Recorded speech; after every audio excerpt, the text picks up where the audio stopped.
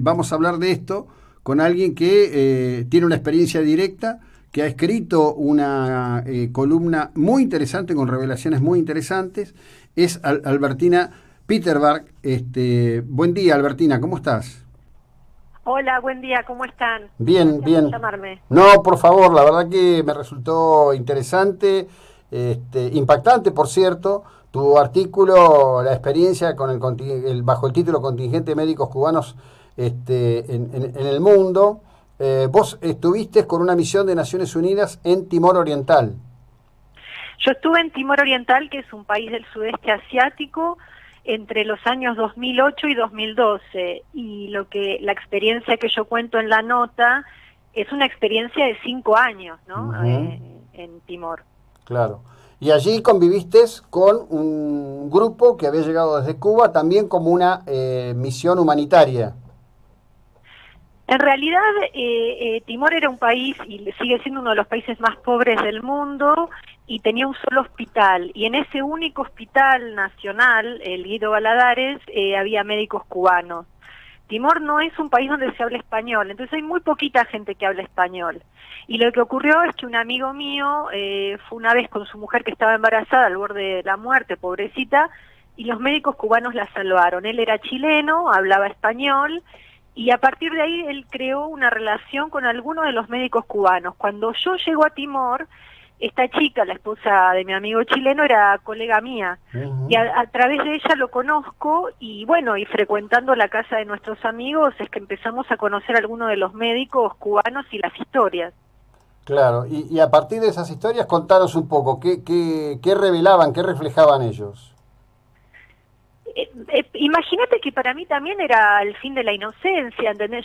Para mí era nuevo la situación Mm, entonces cuando ellos comenzaron cuando yo comencé a entender que ellos estaban vigilados las 24 horas del día, que no tenían los pasaportes, que tenían mucho miedo y que tenían, por ejemplo, prohibido participar en reuniones sociales, y por eso esto que yo cuento en la nota del contacto a través del hospital. ¿Por qué? Porque, por ejemplo, mi amigo que los trataba de ayudar iba al hospital, y en el hospital, como nadie hablaba español, era donde más ellos podían hablar sin estar vigilados.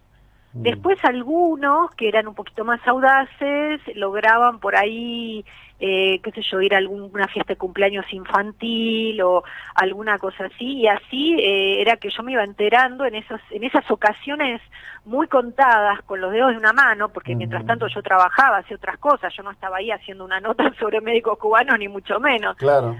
En esas contadísimas oportunidades en las que yo tenía contacto con ellos primero que les encantaba hablar en español, imagínate ahí en Mm, el sudeste asiático, en el fin del mundo. Entonces se desahogaban mucho, y bueno, lo que yo cuento de la chica que dejó al bebé era porque ella estaba, pobrecita, desesperada, ¿no? Me contaba que había tenido que dejar al bebé al parto, dejar al bebé con su familia y salir corriendo prácticamente. Pero eran historias que yo iba, esto quiero, no es que yo estaba ahí espiando a los médicos cubanos, ujú. yo trabajaba mi vida y cada tanto me cruzaba con ellos en alguna ocasión o alguna situación muy particular, porque te vuelvo a repetir, ellos no podían circular libremente. Claro, sí, sí, sí. O sea, me parece que, digo, en atención de la audiencia, y recomiendo mucho leer tu columna, lo básico es esto. En principio es un servicio que no es un voluntariado, sino es una estructura del Estado cubano. Cuando llegan a algún lugar, le quitan los pasaportes y los dejan en posición de indocumentados, y siempre hay comisarios políticos. Siempre, siempre porque, eh, o sea, voluntario, mira, había de todo. Había gente que quería salir de Cuba como fuera, quería viajar, quería volar, o sea, había gente que lo había hecho a buen grado, ¿eh? Ujú, Ojo, no eran todos pero las condiciones eran iguales para todos. Una vez que llegaban al país estaban vigilados. ¿Por qué? Porque hay que acordarse que hay, no sé si es una ley o un convenio, no, porque no es un convenio, obviamente, estoy diciendo una barbaridad, pero quiero decir, hay una ley en Estados Unidos que un cubano que pida asilo se le da inmediatamente la ciudadanía norteamericana. Y en este sentido, una de las razones por las que se los vigila tanto es para que no haya fugas y no se fuguen justamente a la embajada a pedir asilo político. que es a veces es el caso, que tratan por todas las maneras de poder irse a Estados Unidos, ¿no? Porque ya tienen familia, porque hay una colectividad cubana muy importante. Sí, en realidad cuando recorres Miami, si prestas atención, digo, porque siempre digo lo mismo, ¿no? Una cosa es estar con la cabeza del turista y embelesarte con el circuito, y otra cosa es prestar atención a lo que ocurre. Hay muchos lugares de Miami donde ves carteles que dicen, recarga aquí el celular de tu familia en Cuba, ¿no? Claro. La interrelación es mucho más profunda de lo que parece sobre la mesa. Y vos contás... Exacto, sí. Exacto. Y eso para nosotros que, bueno, yo como argentina en aquel momento no me daba cuenta de cómo eso impacta en la mentalidad cubana y en la sociedad cubana. Es muy fuerte esa pulsión o esa posibilidad de poder pedir asilo político, y ya tenés toda una colectividad que te está esperando, no es que llegas a ningún lado. Claro, claro. Decime, en este sentido vos contás ahí una historia casi de aventuras, de un cubano al que lo sacan escondido para llevarlo con Sí. el objetivo de él de irse. ¿Cómo fue eso? Mira, eso lo sacaron a la noche del hospital, él estaba haciendo guardia y bueno, esto fue un grupo de gente que lo ayudó, él obviamente se puso en contacto a través de este grupo de gente con la Embajada de Estados Unidos, que le dijeron que sí, que lo esperaban, y bueno, él se fue con esta gente, más o menos así como yo lo cuento, que incluso le conté esta historia a una amiga, porque mi amiga me dijo, pero eso que estás contando es increíble. Le digo, sí, es increíble, pero es verdad. Y ahí fue que me dijo, pero ¿por qué no lo escribís? Y ahí dije, sí, la verdad que por ahí es como otra mirada, ¿no? De alguien que lo miraba todo como algo increíble, algo insólito, de lo cual era casi, o sea, era testigo, ¿no? Aprovecho esta conversación contigo y tu estadía de 5 años en Timor Oriental. Tuviste, porque ahora justo está la película de Netflix y todo lo demás, ¿tuviste oportunidad de tratar con Sergio Vieira de Mello, que parece ser que fue toda una autoridad en su modo de actuar y todo un personaje, ¿no?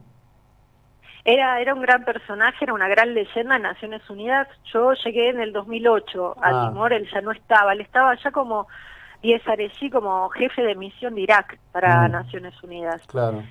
No, yo soy posterior a los tiempos de Sergio de Mello, yo no estuve, pero era una gran figura, claro que sí.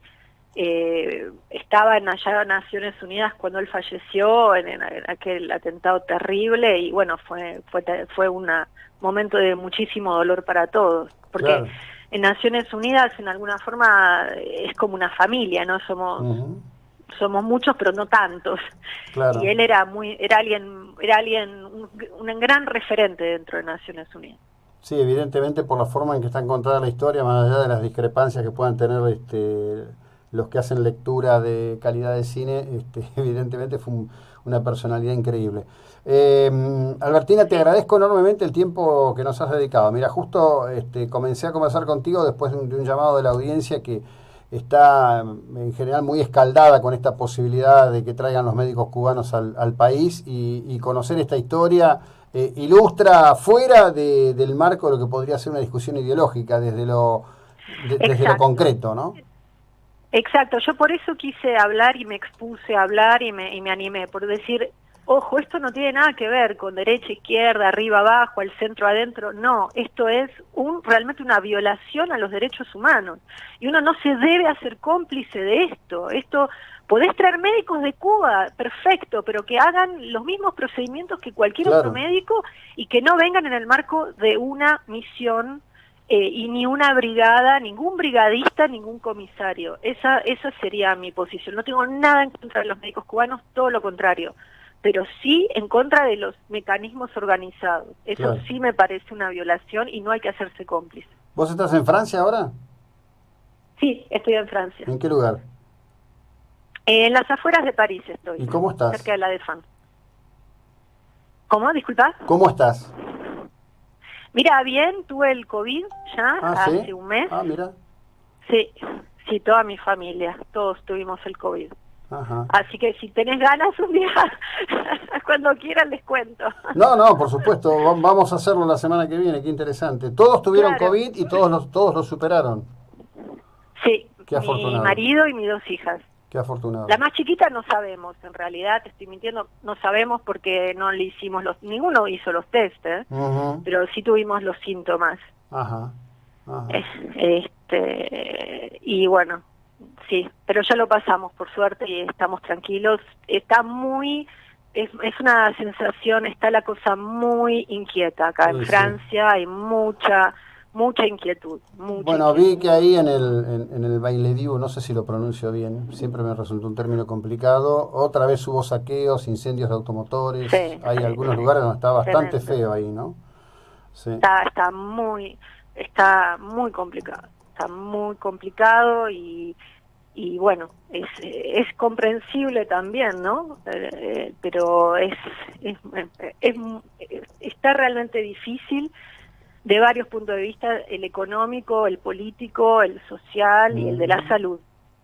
Sí, sí, sí. Bueno, a ver, ya venía, digamos, el coronavirus corrió a los chalecos amarillos de la calle, pero la situación del gobierno de Macron y toda la situación social es muy complicada ya de tiempo en Francia.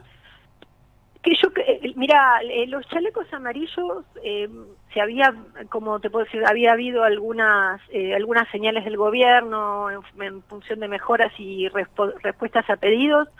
Lo que hubo a principio de año fue una tremenda huelga de transporte que duró 40 o 45 días por las protestas, por el intento del gobierno de Macron de cambiar el régimen de jubilaciones. Aquí hay jubilaciones de muchísimo privilegio, hay como 49, o por ahí te estoy diciendo algo incorrectamente, pero entre 47 y 49 regímenes de jubilaciones diferentes.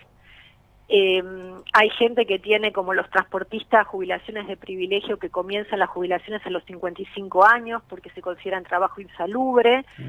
Bueno, es un régimen bastante antiguo que necesita modernización, más allá de la posición que uno tenga política. Es cierto, lo que plantea el gobierno de Macron fue una promesa de Macron cuando lo eligieron, estaba en su plan de gobierno. Ahora bien, bueno, a la hora de implementarlo, entonces ya venía Francia de 45 días que habían sido una catástrofe económica.